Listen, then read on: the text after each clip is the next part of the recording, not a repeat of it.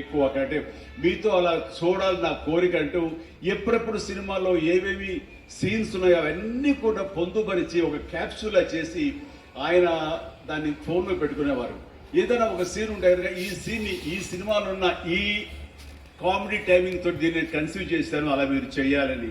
And ఈ scene ఈ సినిమాలో ఫలానా సినిమాలో ఘరణముఖులాగా ఇలాగా వైఫ్ తోటి మీరు కన్సీవ్ చేసి అలా చేయాలంటూ చాలా చక్కటి హోంవర్క్ చేసుకుని నా బాడీకి నాకు ఏది కంఫర్టబుల్లో ఆ విధంగా తను ఆ సీన్స్ని కన్సీవ్ చేసుకుంటూ చాలా చాలా సరదాగా చేసుకుంటూ వచ్చాం. ఈ సినిమాలో నవీన్ మన అనిల్తో చేయటం అనేది నాకు చక్కటి ఎక్స్పీరియన్స్. అంటే ఈ ఎక్స్పీరియన్స్ ఎలాంటిది అంటే సినిమా షూటింగ్ అయిపోయిన ఆఖరి రోజున చాలా ఎమోషనల్ ఫీల్ అయ్యాను నేను. ఎందుకంటే ఏదైనా ఒక సినిమా అయ్యిందంటే అబ్బా చాలరా అయిపోయింది, చాలు గుమ్మడిగా కొట్టేస్తారు, ఇది మనం వేరే సినిమా షిఫ్ట్ అయిపోవచ్చు అన్న ఆ మూడ్లో ఉంటాం. కానీ సినిమా అయ్యే రోజున ఆఖరి రోజు అయితే కనుక నేను ఈ కాలేజీ వదిలేసి వెళ్ళిపోయి ఆఖరికి చూడండి ఫేర్వెల్ పార్టీ అప్పుడు అందరూ ఒకళ్ళొకరు ఎమోషనల్గా ఉంటారు.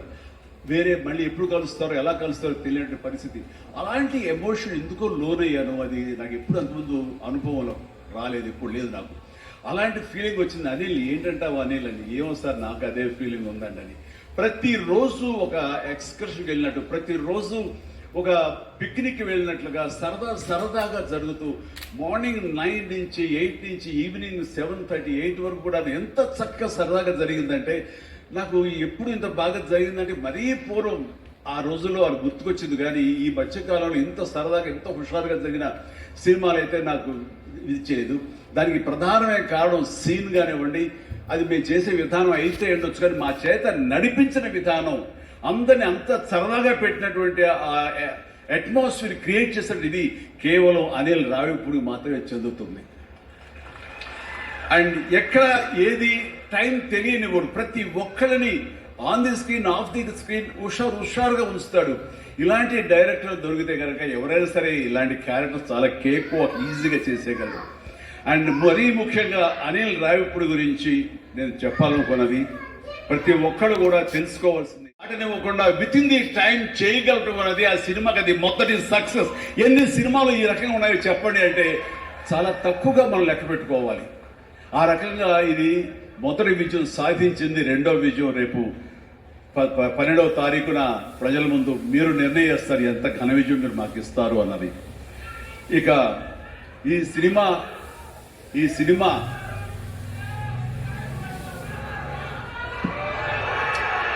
ఓకే, ఇక ఈ సినిమాలో నేను నెక్స్ట్ చెప్పుకోదగిన వ్యక్తి వెంకటేష్, నా బ్రదర్. ఎప్పుడు కలుసుకున్నా సరే చాలా సరదాగా మాట్లాడుకుంటాం. ముఖ్యంగా ఇప్పుడు మీ ముందు తమాషాగా కామెడీగా హుషారుగా మాట్లాడినా సరే అతనితో ఒంటరి కూర్చుంటే చాలా ఫిలసాఫికల్గా ఇన్ డెప్త్ ఇంతటి డెప్త్ వ్యక్తి వెంకటేష్. అందుకైనా ప్రతి ఒక్కరు ఇంత పాజిటివ్ మనిషి, పాజిటివ్ వైబ్స్ ఉంటాయి ఆ మనిషి చుట్టూరు అంటుంటారు. నిజంగా అతనితో టైం తెలియదు మనకి. ఎంతో తన ఏజ్కి మించినటువంటి విషయాలు తెలియజేస్తూ జీవితం యొక్క పరమావధి ఏంటి, జీవితం ఎలా ఉండాలి, ఎంత పీస్ఫుల్గా ఉండాలి చెబుతుంటే కనుక నాకు మోడర్న్ డ్రెస్సెస్ కూడా చిన్న సైజు గురువులాగా అనిపిస్తుంటాడు వెంకటేష్. నిజం. సో అలాగా సినిమా జీవితాన్ని తన వ్యక్తిగత జీవితాన్ని రెండు బ్యాలెన్స్ చేసుకుంటూ చాలా చక్కగా ముందుకు సాగుతూ ఎంతో ఇన్స్పైర్గా ఉంటుంది వెంకటేష్. ఇక ఈ సినిమాకి వచ్చేసరికి ఎలా కుదిరింది, ఇందాక అనిల్ రావిపూడి చెప్పాడు, ఆ హింట్ ఇచ్చింది మీ ఇద్దరం కలిపి చేసేలాగా ఏదైనా ఒక ఎపిసోడ్ క్రియేట్ చేసి అక్కడ వినియోగించుకుందాం, మా ఇద్దరు కాంబినేషన్ సినిమాకు ఉపయోగపడే విధంగా సినిమాలో అంతర్భాగంగా ఉండేలాగా అందుకు అని చెప్పిన విషయం. ఎలాగా ఇదేంటంటే ఒక 5 ఏళ్ల క్రితం అనుకుంటా మీ ఇద్దరం అమెరికా వెళ్ళాం. లాస్ ఏంజల్స్ వెళ్ళినప్పుడు అక్కడ మిత్రుడి ఇంట్లో కూర్చున్నప్పుడు అంత ఎదురు బదులు కూర్చొని పిచ్చాపాటి మాట్లాడుకుంటుండగా వాళ్ళు ఎవరు అబ్బా మీ ఇద్దరు చూస్తుంటే చాలా బాగుందని ఒక స్టిల్ తీసుకుంటాం అంటూ వాళ్ళు స్టిల్ దిగిపోతుంటే అక్కడ తీయదు చిరంజీవి కూర్చుంటారు, నేను నిలబడతాను అని చెప్పేసి. అదేంటి వెంకీ అలా కాదు నేను నిలబడతాను అన్నారు. లేదు ఇది నా మైండ్ లోపల ఎప్పటి నుంచో మీరు అట్లా బాస్లో కూర్చుంటే కనుక కాలు మీద కాలు వేసుకుని నేను వెనకాల నిలబడి ఉంటాను. ఇది ఒక మంచి స్టోరీకి స్టిల్ లీడ్ అవ్వాలి అంటే మన హాలీవుడ్ గాడ్ ఫాదర్ చూసారా, మెర్లిన్ బ్రాండో అండ్ ఆల్ పచినో అలాంటి క్యారెక్టరైజేషన్. వెంకీ నువ్వు వెళ్ళి వాడు నరుకురా అంటే నువ్వు వెళ్ళి నేసగా నరికి వచ్చేసాను అంటే తనకి ఎప్పటి నుంచి ఉందో అలాంటి జోనర్ సినిమా చేయాలి, మా ఇద్దరు కాంబినేషన్ చేయాలన్న కోరుకుందో ఆయన వ్యక్తపరిచేసరికి చాలా ముచ్చట పడిపోయారు. అదే విధంగా స్టిల్స్ కూడా మేము దిగాము, అది ఎవరు లీక్ చేస్తారో నేనైతే లీక్ చేయలేదు, అది బయటకు వెళ్ళిపోయింది ఆ స్టిల్స్.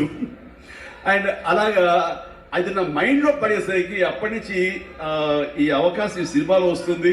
ఆల్రెడీ వెంకీతోటి తను మంచి సినిమా ఇచ్చాడు అనిల్ రావుపూడి, తను మాత్రమే ఇద్దరిని జస్టిఫై చేయగలడు, ఇద్దరికి న్యాయం చేయగలడు అనే ఉద్దేశంతో నేను తనకి హింట్ ఇచ్చినందుకు దాన్ని అత్యద్భుతంగా డిజైన్ చేశాడు. ఎలాగంటే ఇద్దరు మామ చెప్పలేవే లీక్ చేస్తాను భయంగా ఉంది, ఎందుకంటే ఇలా వదిలేస్తే మొత్తం స్టోరీ అంతా డైలాగ్ చెప్తాను నేను, అది బాగుండదు, మీకు అక్కడ థియేటర్లో చూసి ఎంజాయ్ చేయండి. అంత బాగుంది. అయితే వెంకితో నేను సినిమా షూటింగ్ చేస్తాను లేదు, ప్రతిరోజు ఇద్దరు పిచ్చిగా చేసావు, ఎంత ఎంజాయ్ చేసావంటే మీకు వీళ్ళు సినిమా యాక్టింగ్ చేసేట్టుండదు, ఇద్దరు కలిపి అల్లరి కుర్రవాళ్ళలాగా ఆ సెట్ లో చేసావు, అదే క్యాప్చర్ చేశాడు. అది బాగా పడుతుంది. రేపు మీరు కూడా థియేటర్స్ లో దాన్ని మీరు ఆస్వాదిస్తారు, డెఫినెట్ గా ఎంజాయ్ చేస్తారు. And definitely I mean last phase వచ్చేసరికి సినిమా ఎక్కడికో లేచిపోతుందంటే ఎలాంటి సందేహం లేదు. అండ్ ఆ రకంగా ఈ సినిమాకి తన వంతు పార్ట్గా, తన వంతు బాధ్యతగా తను ఒప్పుకున్నందుకు, మేము అడిగినందుకు తను ఒప్పుకున్నందుకు, ఈ సినిమాకి పూర్తి స్థాయి న్యాయం చేసి ఈ సినిమా మరో లెవెల్కి చేరుకోవడానికి దోహదపడిన వెంకటేష్కి మనస్ఫూర్తిగా సభాముఖంగా నా ధన్యవాదాలు చెప్తాను. ఏంది వెంకీ అంత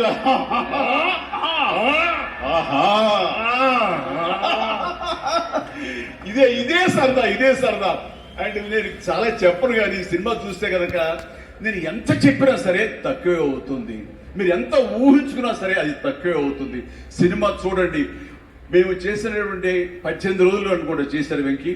ఈ 18 రోజుల్లో ఒక 7-8 రోజులు సీన్స్, ఒక 5 రోజులు 6 రోజులు సాంగ్, ఇంకా 2 days చిన్న ప్యాచ్ వర్క్. ఈ రోజుల్లో ప్రతిదీ ఎంత అంటే ఇంకా ఎంజాయ్ చేశారు. ఇది షూటింగ్ చేసేట్టు అనిపించట్లేదు.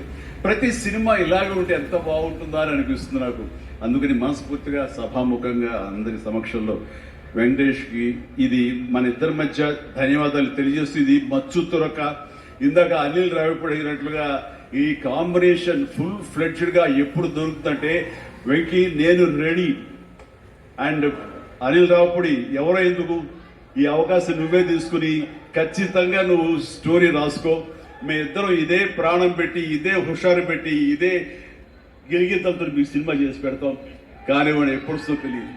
తర్వాత లేకపోతే సైరా కానివ్వండి, ఆ సినిమాలో తను చాలా గుమ్మరంగా ఉంటుంది, తన పని చేసుకుంటే డిగ్నిఫైడ్ గా ఉంటుంది, వెళ్తుంది. కానీ మళ్ళీ అసలు ఈ సినిమాలో అయితే ఎంత సరదాగా కలిసిపోయిందో, ఓ ఫ్యామిలీ గర్ల్ లాగా మాతో కలిసిపోయి, మా కుటుంబ సభ్యురాల్లాగా తను నుండి ఎంత సరదాగా చేసిందో. నేను అన్నాను, నేను ఏం చేసిందో, ఏం మాట్లాడావు, ఏం కన్విన్స్ చేసావు, తను ఎన్ని ఒప్పుకోవడం ఏంటి, ప్రోమోస్కు రావడం ఏంటి, అడగగానే తను చాలా రెచ్చిపోయి అసలు నయనతార నుంచి కొత్త నయనతార కనబడి చేసావు, ఏం చేసావంటే అడగండి సార్ కొనుక్కొని అంతే.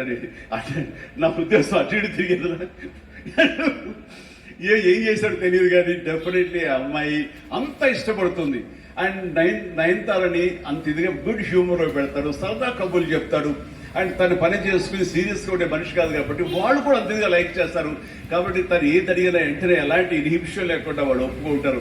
అదే జరిగింది. అంత గుడ్ హ్యూమర్లో పెట్టాడు కాబట్టి ఈ సినిమాకి అమ్మాయి యాడెడ్ అట్రాక్షన్ అయ్యింది.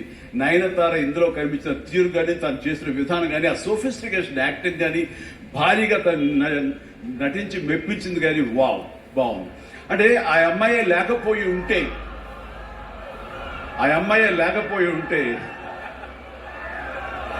వావ్,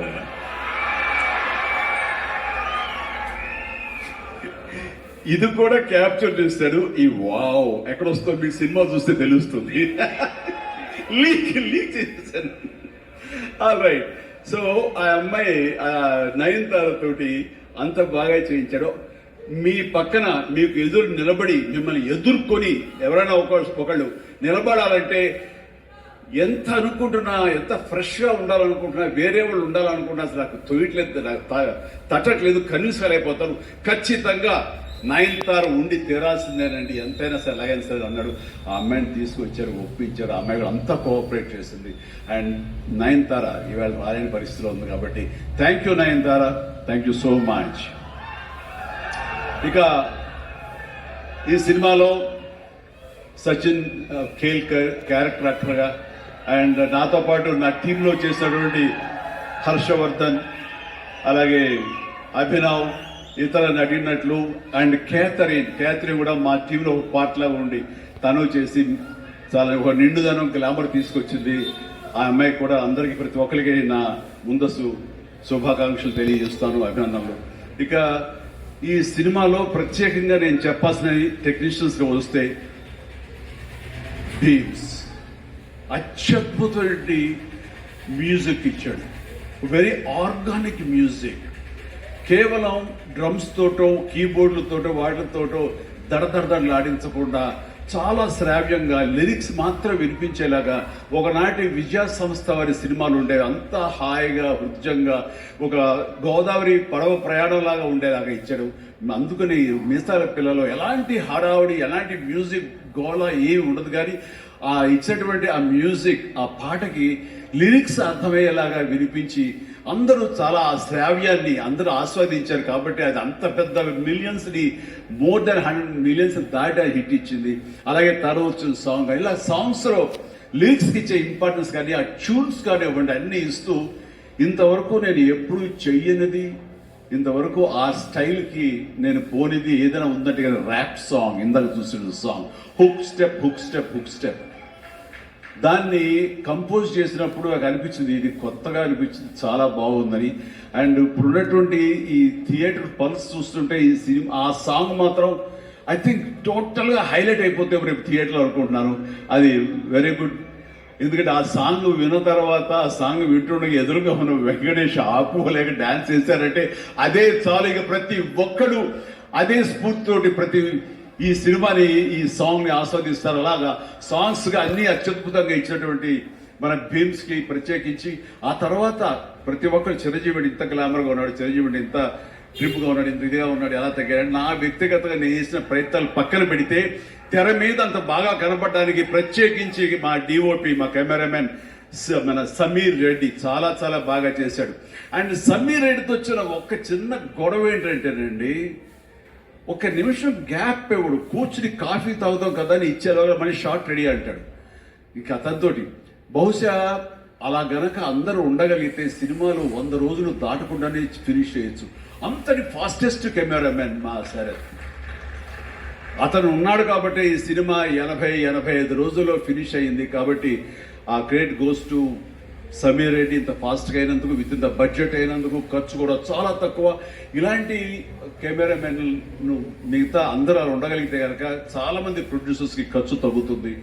అండ్ అట్లాగే ఇక సమీర్, థ్యాంక్ యూ సమీర్. అందరూ బయట పొగుడుతుంటే కనుక నేను మనసులో నిన్ను పొగుడుకున్నాను. కాబట్టి థ్యాంక్ యూ సో మచ్ ఇంత గ్లామర్గా చూపించినందుకు. ఇక ప్రకాష్, మా ప్రొడక్షన్ డిజైనర్ ప్రకాష్, చాలా సినిమా తీస్తున్నంత సేపు ఎంత ప్రేమిస్తాడో, ఎంత ఇష్టపడతాడో, ఎంత ఎంజాయ్ చేస్తాడో, అంత బాగా మా నుంచి యాక్టింగ్ రాబడతాడో, అంతకంత సినిమా పూర్తయిన తర్వాత కేవలం దానికి బాగుందా లేదా అని మళ్ళీ ఒకసారి తానుగా సమీక్షించుకున్నప్పుడు ప్రతిపక్ష నేత అయిపోతాడు. ఎదురెళ్ళిపోయి ఈ సినిమా ఎందుకు చూడాలి, ఈ సీన్ ఎందుకు వాళ్ళు ఎంజాయ్ చేయాలి, ఈ సీన్ ఎందుకు ఇంత లెంగ్త్ అవసరమా అని దాని మీద దాన్ని ఏం మాత్రం ప్రేమించకుండా చాలా కఠినంగా ఎక్కడ లెంగ్త్ ఎక్కువైనా సరే అన్ని కూడా తీసేసి దాన్ని క్రిస్ప్ చేయడానికి కానీ, ఆ సినిమా ఎంతవరకు అలరిస్తుందో అలరించేందుకు కానీ అన్ని రకాల ప్రయత్నాలు చేస్తాను. నాకు నచ్చింది అది. ఎందుకంటే నిన్న మొన్న వచ్చి ఒక మెయిన్ ఎపిసోడ్ ఏదో లేపేసావు, లేదు ఏం లేపేసావు అని అడిగాను. లేదు, అది కథకి అడ్డొస్తుంది, స్టోరీ నేరేషన్కి అది అడ్డుపడుతుంది కాబట్టి తీసేసారన్నాడు. అలా తీయాలంటే గట్స్ కావాలి, ఎంతో కొంత అన్ని రోజులు ఎఫర్ట్ చేసావు, అది అవసరమా, అది వాళ్ళు తీసేసి ఏమనుకుంటా ఇలాంటి ఎలాంటి ఇది లేకుండా ఖచ్చితంగా నిష్కర్షగా దాన్ని తీసి అవతల పడేసాడు. దానివల్ల సినిమా పేస్ పెరిగిపోతుంది, సినిమా పరిగెడుతుంది, అండ్ ఎక్కడ ఆగట్లేదు, ఆలోచింపు చేసుకునే విధంగా ఉండదు, ఎంజాయ్ చేయడం తప్ప. ఆ రకంగా సినిమాని ఎంత ప్రేమించి చేస్తామో ఆ తర్వాత అది ఫైనల్ వెర్షన్ బిఫోర్ ఆడియన్స్ దగ్గర వెళ్ళేటప్పుడు మనమే దాన్ని క్రిటిసైజ్ లాగా క్రిటిక్ లాగా దాన్ని మనమే ప్రతిపక్ష హోదాలో ఉండి దాన్ని అన్ని రకాలుగా ట్రిమ్ చేసుకోగలిగితే అన్ని సినిమాలు చాలా బాగుంటాయని అనుకుంటున్నాను.